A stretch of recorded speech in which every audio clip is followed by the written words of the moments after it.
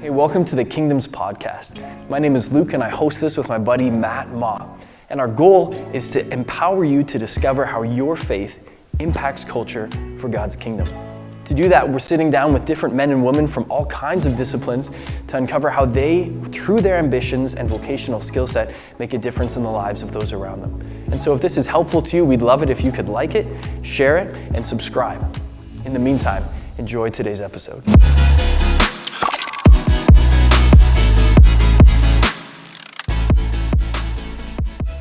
Well, hey friends, I'm really thankful that you're with us today for the Kingdoms Podcast. I'm with a good friend, a friend from back in the day in Thailand, Matt Ko, who's joining me all the way from Germany. Matt, thanks for being here. Oh, you're most welcome. It's great to see you again. Hey, the feeling is mutual. For those of you who don't know Matt, I had the privilege of interacting with him as a teenager in Southeast Asia. He at the time was involved at Grace International School and heavily involved in sports ministry, which he's going to be telling us a bit more about in a moment. But I'm sure you can tell from his accent that he's not from Thailand. He's definitely not from Canada. He's from, well, I guess for Canadians, we could say the motherland. Is that fair to say, from England? Well, I'll let you discern that. Yeah. Oh, there you go. Well, we feel good. The queen is still on our coins. So there we are. There's a good relationship there. He's you're like a first cousin, Matt. Yeah, I'll take that. Yeah. But Matt, looking forward to in this conversation, hearing more about your own story, some of the risks of faith you've taken, your involvement in sports ministry and ways you've seen God be faithful. But for those who don't know you as well, would you just give us a snapshot, who you are, how you encountered Christ and what you're actively a part of vocationally? Okay. Wow. Well, Luke, it's great to see you. Really, it's wonderful. So many memories have already been brought up in my mind of the times we spent together out there. But in a snapshot, born and raised in London to very non-Christian parents, if that makes sense, and went through kind of a lot of divorces when I was a young child and a boy up to 18. So that was a bit rough. But meeting Christ was quite significant for me. And I'm fast forwarding to when I was about 23. Okay. And actually what had happened is I had met a girl at college who told me she was a Christian. And not only did she say she was a Christian, she was a child of missionaries. Wow. And this is how naive I was. I had no idea what missionaries were. Okay, so anyone watching this or listening to this will go, how would you not know that? But that's as naive as I was, okay, if that makes sense. So in a long story ahead of that, which we certainly don't have time for now, but thankfully I met Jesus one day in fact, the 23rd of August, 1995. Sitting in church, and it was 2 Corinthians 5:17. Therefore, if anyone is in Christ, he is a new creation. The old has gone and the new has come. And so that started a wonderful journey with me, with him, and ended up marrying this Christian missionary kid in 1996. And then a few years later, about 10 years later, we end up being on a plane to Thailand, which we may come up a little bit later. But right now, I've been on the mission field for 16 years and have 3 beautiful boys and 1 daughter-in-law, and in fact now 1 grandchild. And very, very thankful that I've worked in education for 26 years. Just now working for Teach Beyond, our mission agency. I've just taken a role that I'm moving back to the UK to lead up that. And we're an agency that clearly works in education, believes in transformational education, and we help send people to schools all over the world and projects and everything like that. So possibly a bit long-winded for you, but there you go. No, excellent. And it's taken you from Europe to Asia and then back to Europe in the process with a lot of adventures and relationships in between. Exactly right. Exactly. It's good. Right. It's good. You briefly mentioned this a moment ago, but if I'm remembering correctly, you start your career in the UK, you're working, teaching at a school, things are comfortable and convenient and fairly predictable. So what experiences actually impacted your decision to say, you know what, we're going to lay this down, we're going to leave this behind and move to a part of the world we have very little or no experience in to serve at Grace International School? What prompted that?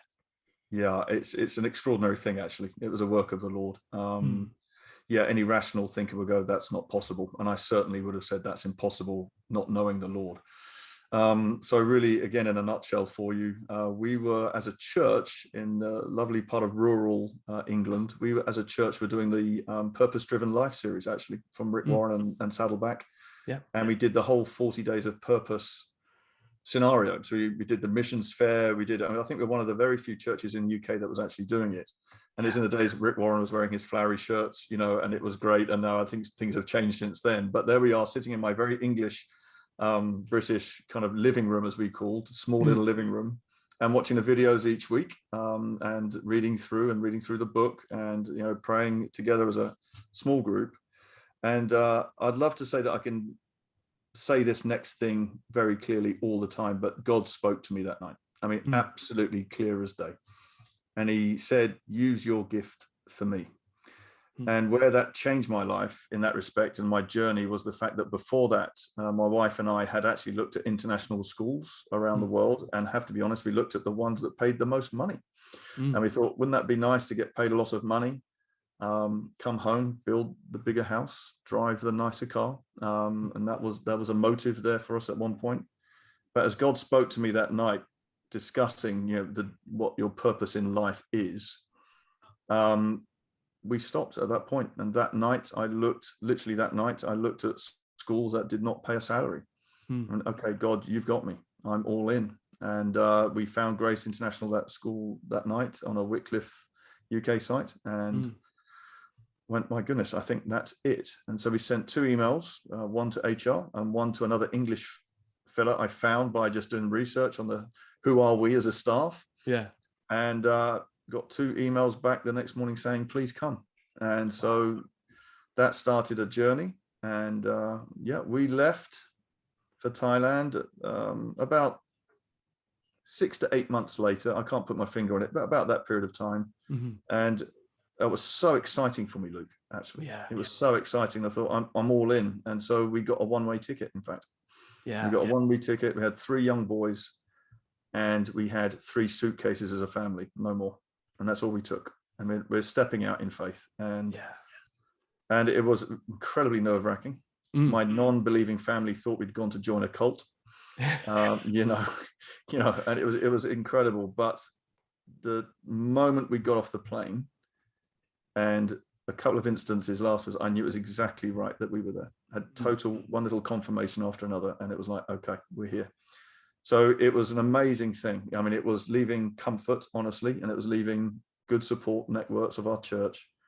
But I honestly, I can say I can't, it's not past tense. I cannot be more thankful, even to this day, for the journey that he has given us both in Thailand and here in Germany, and watching my kids, you know, just like yourself, grow up in an atmosphere where they are loved by teachers who pray for them and are working with them and alongside them and discipling them. And so, I've just been so thankful for this journey to this point, and looking forward to what's next. Yeah, absolutely, man. And you talk about, I mean, you mentioned that the thrill of that journey, and it's, I find myself, well, especially in my work with youth in Canada, you're working to remind young people that the greatest joy doesn't come from realizing your own happiness. The greatest joy comes from laying down your life to a mission that's bigger than yourself. So absolutely right. I see that in your story, man. And I love it. Yeah. It must have been, I mean, you said with 3 young boys, so all under the age of what, 10? Like the twins were 8, and my youngest was about 3.5, 4. Yeah. So not easy moving around the world with only 3 suitcases with like little people in tow. Not easy switching careers. And yet, so grateful that you took that step and went for that. And I know for some people listening right now, they're thinking, you know, Matt, you say that and it moves my heart. There's something in me that says I need to be willing to respond to God in the same way. Maybe it's for going cross-culturally, maybe it's for changing careers, maybe it's for walking across the street to a neighbor. But for people listening who are saying like, I want to do God's will, I want to live on mission, I feel he's asking me to take a leap of faith. What would your counsel be for navigating that, for discerning God's heart in that? Yeah, it's a brilliant question. And from my initial instance like that, for example, you know, back in the day to even this day where I'm counseling missionaries a lot, you know, I look after nearly 100 missionaries here in Germany, actually. And so it's quite significant. Still helping people discern the Lord's will is not an easy thing at times, you know, but I would say this, I think once you feel that the Spirit is nudging you, or the Lord is nudging you, and you're thinking, something's about to change, the one thing is to test it and discern it. And I think that's something that I would counsel first. And so how would you do that? For me, and this is very personal to me, so it may be different for other people, but I always seek people I trust and respect, and I believe have great wisdom to say, here's what I'm thinking. I think the Lord is nudging me towards. Would you be kind enough to pray with me on this?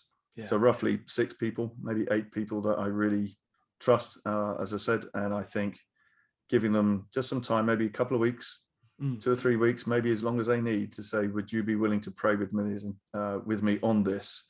And would you be kind enough to tell me your feedback? Yeah. And I personally have done that, not just in that journey. So we went to the elders of our church, really. We didn't say, yeah, we're going, okay, let's go. It was a case of, we went to the elders of our church and said, I believe God is leading me this way. Would you be willing to discern this with me? Yeah. Knowing that clearly we were going to ask the church to help support us as well. And the elders all came back very kindly, and a pastor of our church said, yep, we've got your back. This is it. You're absolutely not one of us is doubting what's happening here. And so that started that journey. So I think, honestly, Luke, if wrap it up, it would be test it. Be careful not to be too impulsive, and discern, and don't be afraid to take time. If it's right, it's right. Unless you find the Lord saying, go now, and then that changes the dynamic, clearly. But for us, it was go.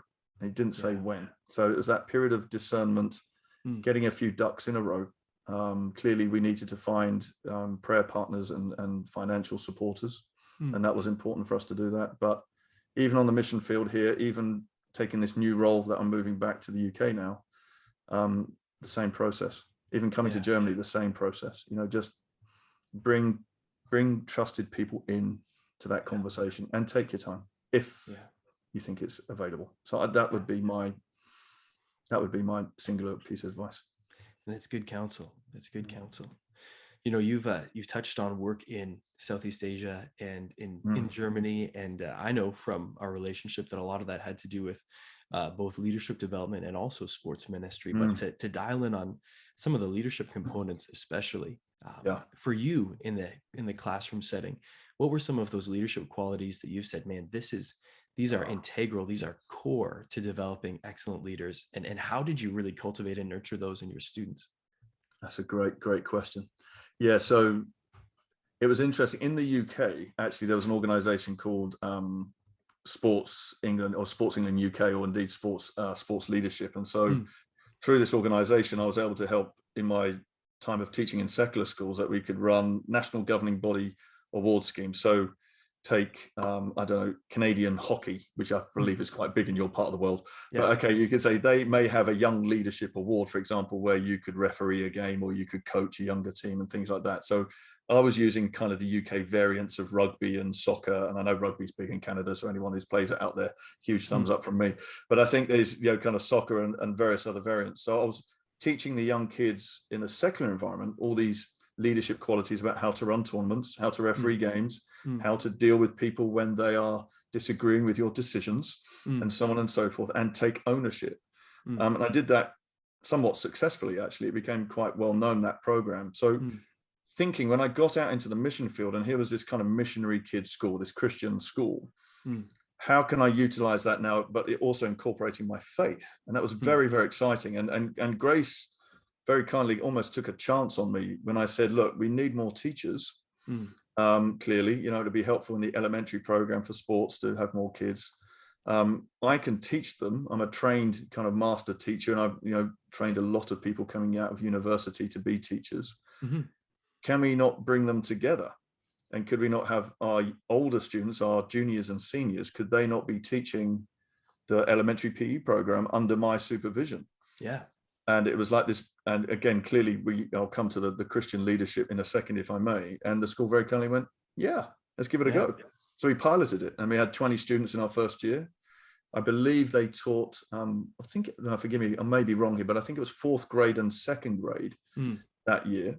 And what they did was, the premise of this is all about taking our older students and they're teaching younger students. That's it. You can pick a subject, you can pick anything within the curriculum. But the key part of this is in the curriculum. So it's not a lunchtime club. It's not an after school club. Actually, it's a curriculum class where I train them to teach, and then they get the theory, and then they apply it, and week in, week out for the entire year.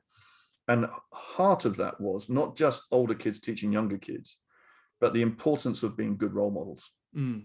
And that was the first thing for me. And they said, this is a warts and all class. So therefore, you are standing in front of younger students who are my students ultimately, but you are standing in front of them and they're going to respect you way more than me because you're younger and you're cooler and everything that is with it. But you are role modeling for me, Jesus Christ. So what does that mean to you? And it meant it was a 24/7 class. So if you're outside of the school and doing things you shouldn't be, now is a good time to think about that kind of behavior. Yeah. So the first thing that came through for me was role model, and clearly going back to Jesus the whole time about how he served, how he led, how he was a shepherd, how he challenged at the same time, but taking the leadership of Jesus and bringing it into a PE class, quite honestly. Yeah. So that was the first thing. And that went on for a couple of years, and that got really exciting. And suddenly, it kind of started, a bit of momentum was built. But then I was in a privileged position to ask parents, what are you doing for the kingdom? A lot of our parent body was, missionaries. And I said, could you let me know what you do? And that led to the development of the kind of the second level class, which was sports ministry and sports officiating. So in the first class was like PE teaching. We called it in-reaching. I'm not sure how theologically sound that is, so forgive me, anyone who can pull me apart right now. But it was a case of we are having our older students being really, we pray, great role models for our younger students. And it just happened to be the medium was week in, week out through PE. And they coached after school, and you saw that. I remember you seeing it. But the level 2 class was kind of more outreaching. So the heart behind that was, and it still exists to this day, but the idea is refereeing and officiating, and not just in our own little intramurals, but also actually to U11 games, to local schools like yourself and Thai schools and things like that were around us. And then clearly sports ministry. Yeah. And that's where it got exciting, because suddenly we were really going out. So Acts 1:8, from Jerusalem, Judea, Samaria, and to the ends of the earth. Well, Jerusalem was kind of like our school. Yeah. Judea, Samaria, probably like our community in Chiang Mai. And then the ends of the earth for us were going to the Thai-Burma border and working in refugee camps, because one of the parents said, we would love you to come and do kind of camps for us so we can get access in there. It's like a bridge building activity. And so not just were they helping teach at one level, next year they were then understanding what it meant to go out and represent Christ to maybe people who've never even heard the name of Jesus.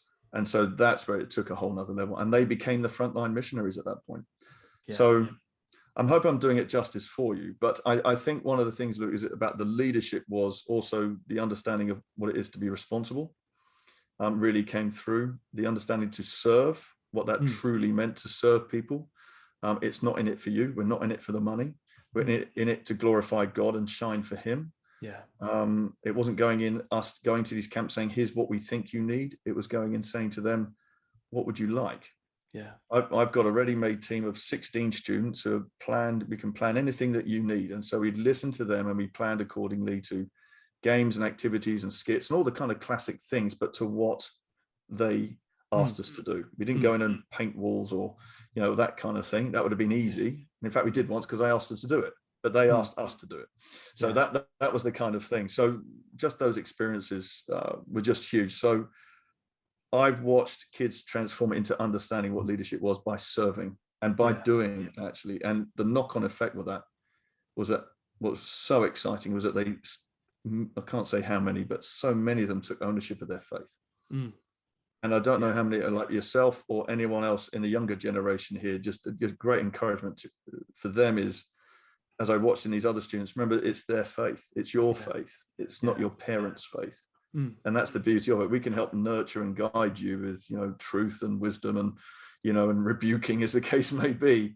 But ultimately, it's your faith. And so that's why I kept saying, this is not your parents' faith. They've given you a wonderful grounding, but it's your personal relationship with Christ. And it was beautiful to see the knock-on effect, even for my own students. So there were some very, very special memories. And we did it for, wow, I think about 8 years, and it still goes on to this day. And it is just probably about, my goodness, about 27 trips we did to the Thai-Burma border, I think, all over. Wow. And it was just incredible. Again, this was over weekends. So these guys, I said at the beginning of the year, they ended up giving me around about, honestly, when I total it up with all the coaching and the officiating after school, and then these trips, like 3 or 4 a year, they probably gave me about 250 hours of their free time. Yeah. And I promise I'm not exaggerating, and said, so at the beginning of that class, I said, you're either in or you're out. And ad drop week, use it. So if you're in, you are in.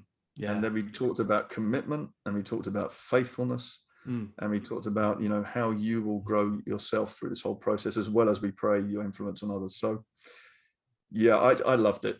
I mean, I'm so happy it's still going. We started it here at BFA as well. So Grace at BFA, there's another school in Southeast Asia that are running it. And it's just it's a very simple model, but it's different. Yeah. If that makes sense. It's different. So there you go. Sorry, it's a lot in there. I apologize. But also good. I mean, obviously you're sorry. The leadership development was so like married to the element of being able to do sports ministry, because obviously you can massively tie leadership into different themes. But you know, absolutely right. You've done a lot in sports ministry. I've had the chance to do some things in sports ministry, but there may be some people listening who, you know, they don't know a rugby ball from a basketball, which is okay. But they're thinking, is it okay? Like, okay. Well, it's about grace, right? Absolutely. Amen. Maybe Amen. not. Maybe that's somewhere along the line when it comes to healthy discipleship. Every church should have that. That's right.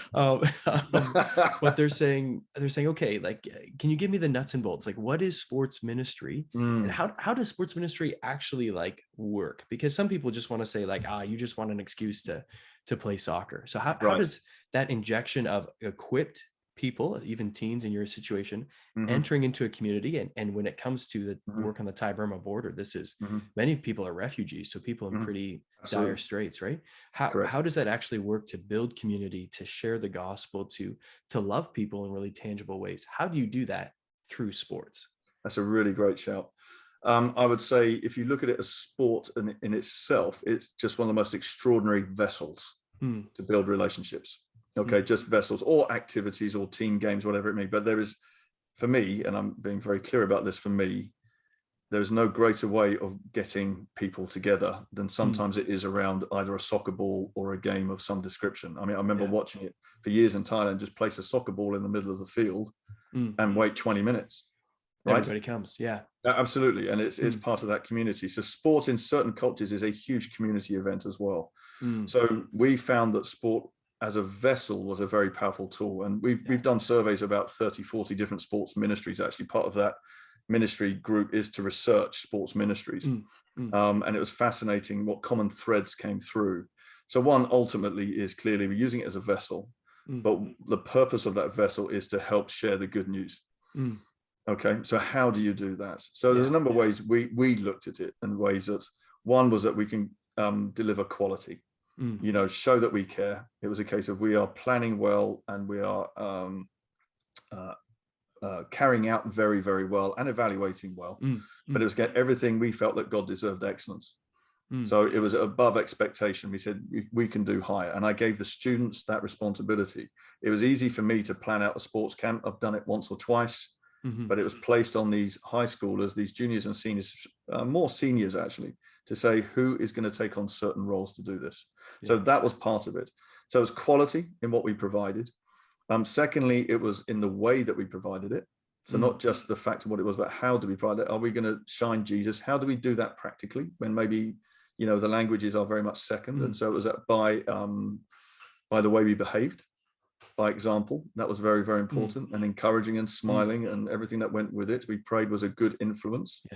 Thirdly, once we felt that we had delivered, we had trust, and they trusted us. You know, we weren't in it for ourselves. Then we would share, and there was different ways that ministries do this clearly, but we had everyone together, and we would have movies. We've shown the Jesus film. We've shown it on a bed sheet in the middle of the jungle one night. And we literally in the middle of we found a power socket, and there was the Jesus film in the correct language being shown. And then we said, isn't that interesting? You know, and it wasn't a call. It was just say, isn't that interesting? Help us under what questions you might have, because part of that was working with the people there. We knew that we were going in and coming out. And I fight against, I could argue, I get concerned with flash in the pan ministry. You know, so what's the purpose of us going? Well, we'll go back. We'll be coming back 3 more times this year. Build the relationship. And by example, and by sharing the good news and praying the Spirit will move, then we can have deeper conversations. And did some children come to Christ? I believe so.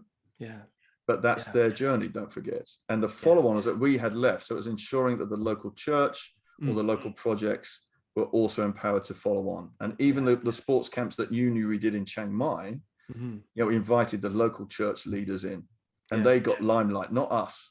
We were there as missionaries. We're here to serve them. And so we said, please take the limelight. And I remember one church leader came after one sports camp. He said, we had 40 kids turn up to church the next week. 40. And he said, I have no idea what to do with them. And then that was beautiful, because then there was an organization that came in that helped train church leaders how to use sport. So we were kind of how can you describe it? We're kind of the event. But the follow-on was the local churches. And then this other agency came in and trained them as well. So one, it's a vessel. Two, it's in the application of how we do it. Three, it's about building relationships and trusted. And then four, hopefully, there is sustainability behind it as well, and getting chances to share the gospel. There was one time we weren't even allowed to mention Jesus.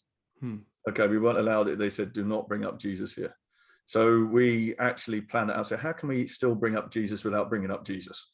So what we did was, can I tell this story? Is that all right? Yeah, 100%. Go for it. Okay, so stories are we went to a very we went to a very remote village up in the north, and we were working with an agency who said, we are struggling to get to this camp across the border, in fact, because of actually things have been done in Christ's name that actually were not, if that makes sense. So they did not trust Christians at this camp. So, but we are desperate to get up to there because they really need help. So we went to the local village just inside the Thai border, and we said, do not mention, the missionaries were saying, don't bring up Jesus, just let's shine for him. So what we did the first time was we went up and we did the whole camp based on black and white. Okay, very, very simple. So all the animals, we created teams, there's about 10 teams of kids, and all the animals were like a killer whale, a panda, a penguin, and black and white animals that we could think of, Dalmatian. And we did all the camps, they're rotating around and so on and so forth. And in the evening, honestly, as tenuous as this sounds, it said we showed 101 Dalmatians just for fun. Yeah. And at the end of that, I kind of got up with all the kids sitting there again, during the end of the evening. And I said, so what do you think the theme has been of our camp?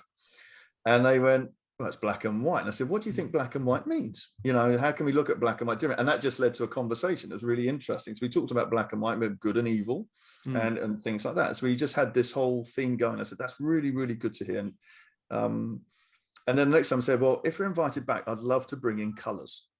When you like color? They said, yeah, we like color. I said, well, wouldn't it be great? So we did get invited back, and the next camp was all about the gospel colors. And then every team was a gospel color, and then we talked all the way through. So every station had the red station had to talk about Christ's blood and shed for us, etc., etc. So that was really cool. But unbelievably, on the next trip, one of the teachers from the schools came up, and we'd never talked about Christ on the previous trip. And he came up to us and he said, you're Christians, aren't you? And we went, I don't want to offend you. He said, no, so am I. Yeah.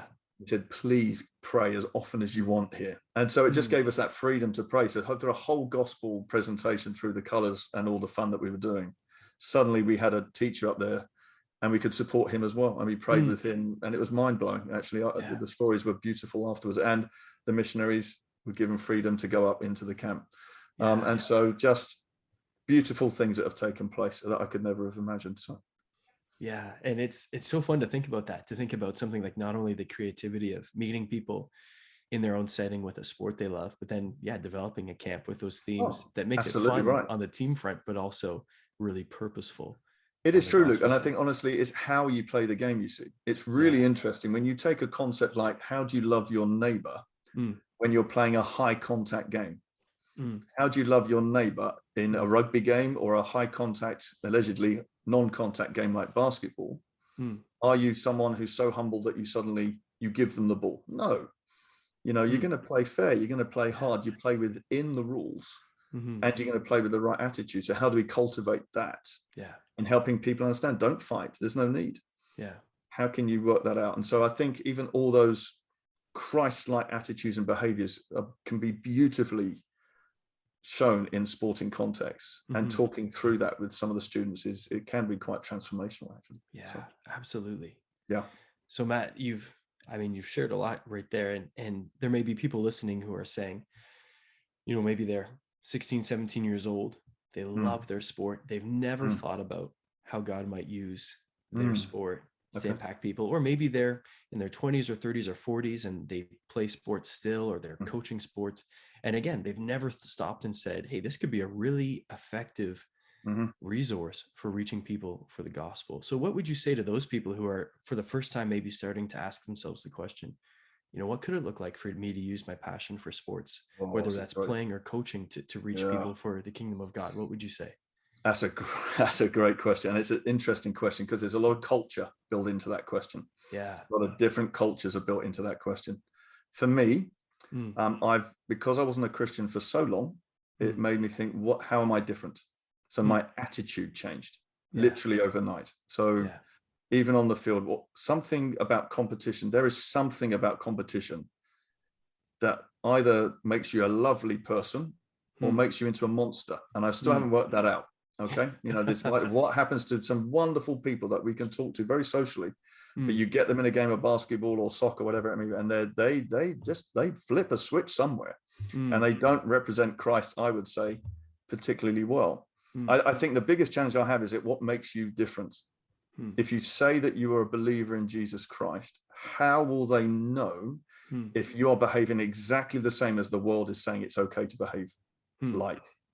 What makes you different? So are you arguing with the referee? Are you challenging decisions? Are you tackling people harder than you should? And just pushing that boundary of assertiveness and aggression, for example. Are you someone that they can see something is different about you? Is it the way you can play hard and you can tackle well and whatever it may be, but then you actually tell the other player, hey, that was great, well played. And are you dissenting with the referee? Do you get fed up when you've missed your third 3-point in a row? Right. And all I keep telling people the whole time is, every athlete and every junior athlete I've ever coached or been in my classes, remember, it's not about you. Stop making it about you. This is about Jesus Christ, and it's him who we should be extolling, and him that we should be pointing people towards. And so what is it that's different? And so even with the fans that we have here at this school, and we made it clear also when I was at Grace, was the fact that, on a 3-point line, I've watched in college sports, everyone's waving their things and trying to put the free throw shooter off, or whatever it may be, and we just sit quietly. And you can see some schools that comes and go, what's coming? Where's the noise? But it's different because we just respect the other team. It is what it is. And again, culture may say, well, that's wrong. You should be doing this because everyone else does it. But I think we've got to be careful that the world does not infiltrate the church, and certainly not into the way we play sport, because the world says it's okay. If you read back through what Christ taught us, I can't find anywhere that says it's okay to be dissentful to a referee, or be rude or storm off or whack things. That's, again, it's all about you. And I keep pushing people, it's not about you, it's all about them. So maybe thanking people. And so even on the court, how do we represent Jesus on the court?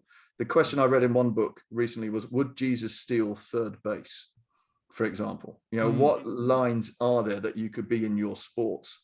But I think my greatest challenge is be very, very careful that you're not letting the world tell you what's okay. Get back into the word and think about how Christ should be represented through you when you're playing those games. And that's probably where I'd say that. You talked about earlier just the joy of saying yes to God and stepping into this adventure that's taking you to Asia and now to Germany and soon back to the UK. And so a lot of people see those moments and think, yes, this is going to be thrilling. It's going to be exciting. It's going to be mountaintops all the way. But, undoubtedly this kind of decision to say yes to God, to surrender to God, has brought with it moments of real hardship, of maybe uncertainty. And I wonder, can you point to times where in the midst of maybe need or great weakness, you've seen God show up in a way that just shows his faithfulness to you? Oh, Luke, wow. Too many stories, brother. Too many stories. I would say that, when you step out in faith, and you really feel the Lord is nudging you somewhere. I heard this analogy, and I cannot attribute to any person, but I heard this wonderful analogy that you put on 2 shoes every single morning, or flip-flops as the case may be, or whatever it is you want, your Birks or whatever it may be. But on those shoes, one is written trust and one is written obey. And you walk in them every single day. And I think that's one major thing, is that if you enter the Lord's service I'm going to be quite maybe controversial here, but expect nothing. Okay, you be careful that you expect everything because, oh, I'm following the Lord and his journey for me. I think even for missionaries, even young missionaries coming out in the field now, say expect nothing.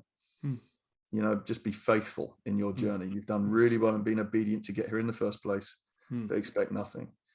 And that may sound maybe countercultural, but again, it's about you and your faith with the Lord, number one. So how are you relying on him more every day? And I think that's the first challenge. In our journey, peaks and troughs. Yeah. And we told by the Lord to expect times of difficulty, are we not, and opposition. And so in our journey, there are times when, well, there's two that come to mind actually now, and I think maybe they've just been placed in my head. But I remember on one journey up to one of those camps I was talking about earlier, we sensed that actually the evil one was probably giving us a bit of a hard time, actually. And even on the road up there, I kid you not, about no more than 5 minutes before we were on this single track road to get up to this remote village, they had blown it up. That actually they'd blown up, and there were boulders all over this road. And we had 5-6 trucks with us and all the equipment and everything. And we went, and there's another example. So what are we going to do about it? Are we going to go, oh, well, we can't go any further, let's turn around, or let's do something about it?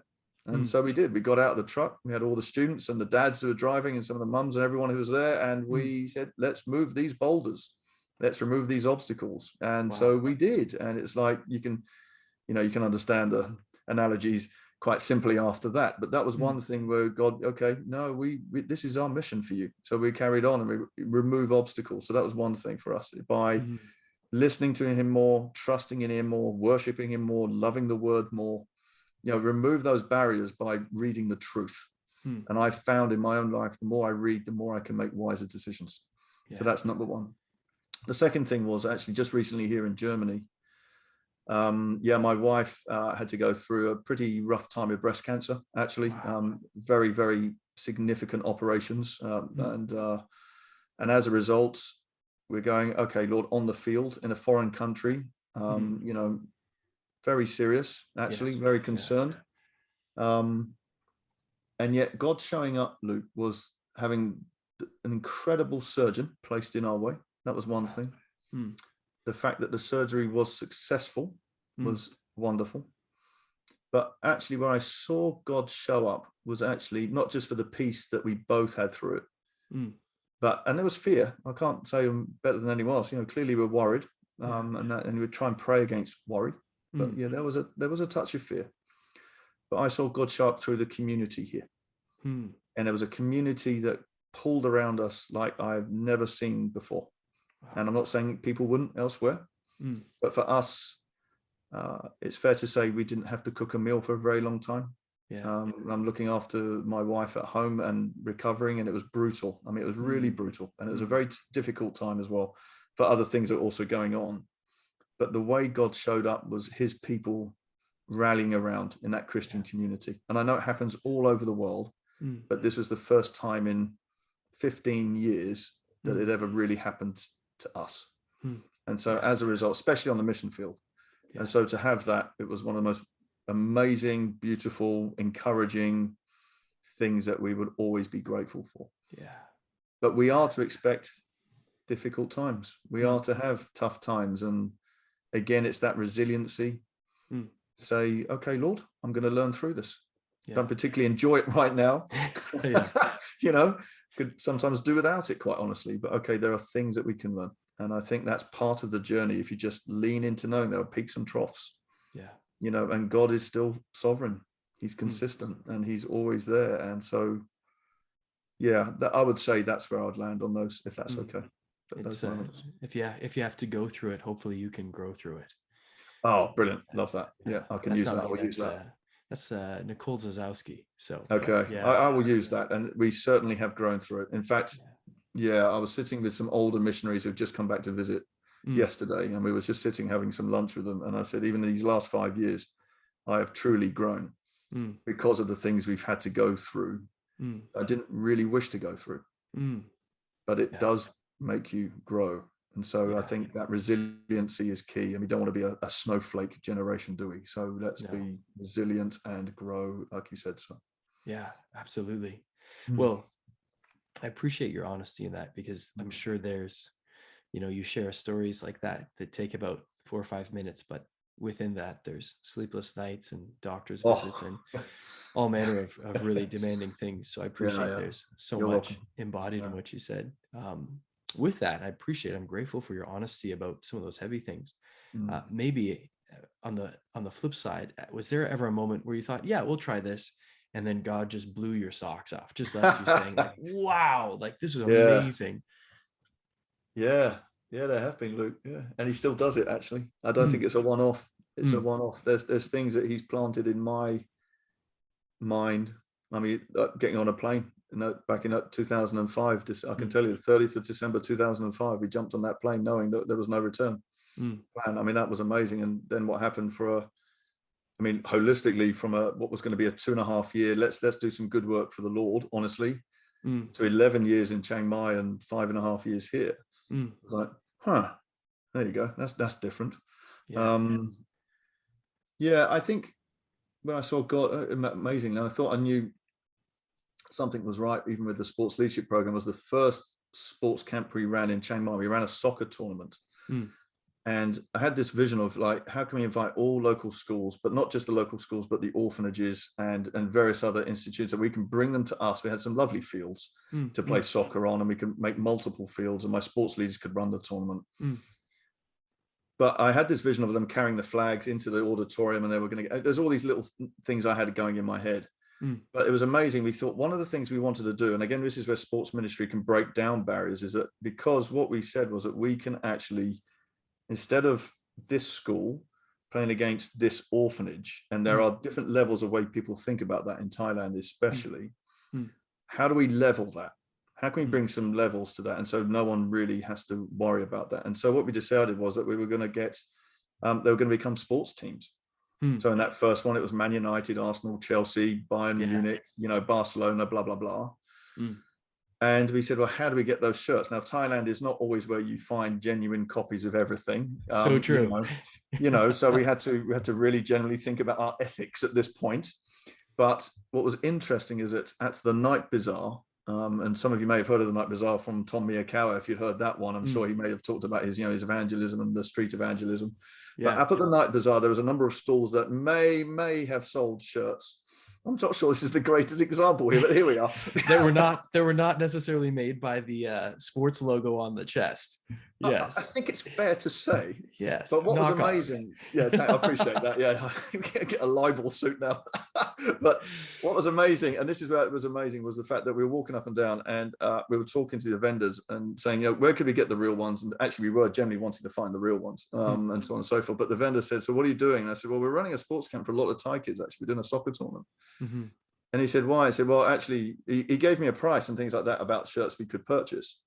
And I said, in Thailand, bartering is part of the fun. And I said, well, Yeah. I'd like to barter. I'd like to discuss this, and I offered a price. No. And we played this game for a while. I said, look, these are kingdom dollars. These are, this is God's money. This is not Mm. my money right now. Mm. And he went, what do you mean? So I shared more about God and I get you. Yeah, I go to church too. Interesting. So this one Yeah. vendor, and you know how many stalls are there. Yeah. And so this one guy said, yeah, we can do this. So I said, okay, so let's do business. And then we actually found some good stuff. And then what happened, we got these shirts, they pick a name out of the hat, they become Man United or whatever. Mm-hmm. And so the whole tournament was Man United versus Barcelona. It wasn't, Yeah. do you see what I'm saying? So that Yes. level was that. And then standing back on that first one, where we had an under 13 or U13 tournament and a U11 tournament running simultaneously, Mm-hmm. and going, wow, this can work.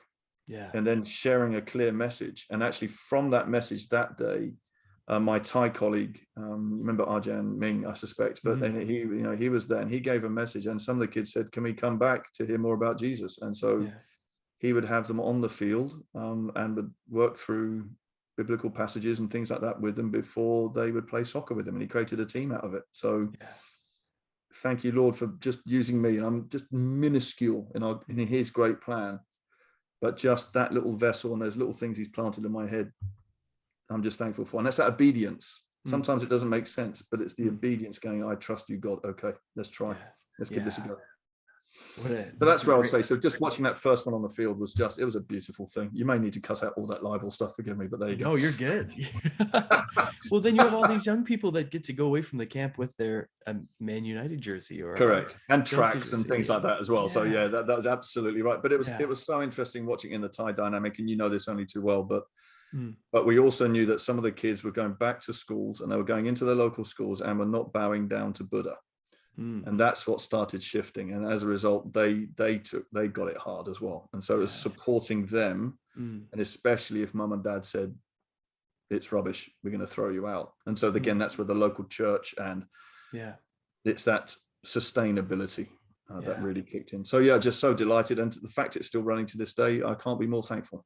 You know, so thankful. So to be able to be a part of launching something and seeing it going even after you've moved on is pretty special. It's one of our greatest joys, and it's that thing that, you know, try not to start something if it's not going to be sustained. You make sure you've got that understanding of how it could be sustained, and we're not perfect at it, but I have to say the colleagues who took it on for me at Grace in multiple roles I had, I mean, other avenues, did a fabulous job, and for that I'm so thankful. So I'm hoping to create more sports leadership clusters around the world and have this kind of, we'll get together, but that's another story for another day. No, but it's a good dream. But it's a dream. It's a dream. It's fair to say. Yeah.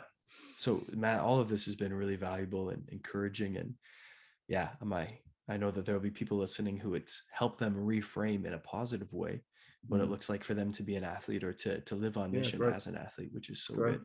But for people who are saying, hey, I'd love to maybe get in touch with Matt, or I'd love to hear more about the work he does, where can people find out more about you? Yeah, that's kind of you. I mean, so with relation, if people want to know more about the sports leadership class, you know, the curriculum and things like that, I'm more than happy to share it. I mean, it's all God's really. I'm not a particularly great businessman, Luke, so I'm very happy just to, you know, get other people excited to try the model out, and it doesn't have to be in PE. And that's one way, you know, people could talk to me. Other things about the agency itself, you know, we're in the business of education, but we obviously clearly look for teachers and help discern if it's their call to go to schools all over the world. We have projects with Open Schools, it's called, where we're helping teach kids who can't even get to schools, if that makes sense. There is no school. And so we have a project running in Africa and other parts of the world. With that, we have a refugee ministry. We're looking for people who are athletes, for sure.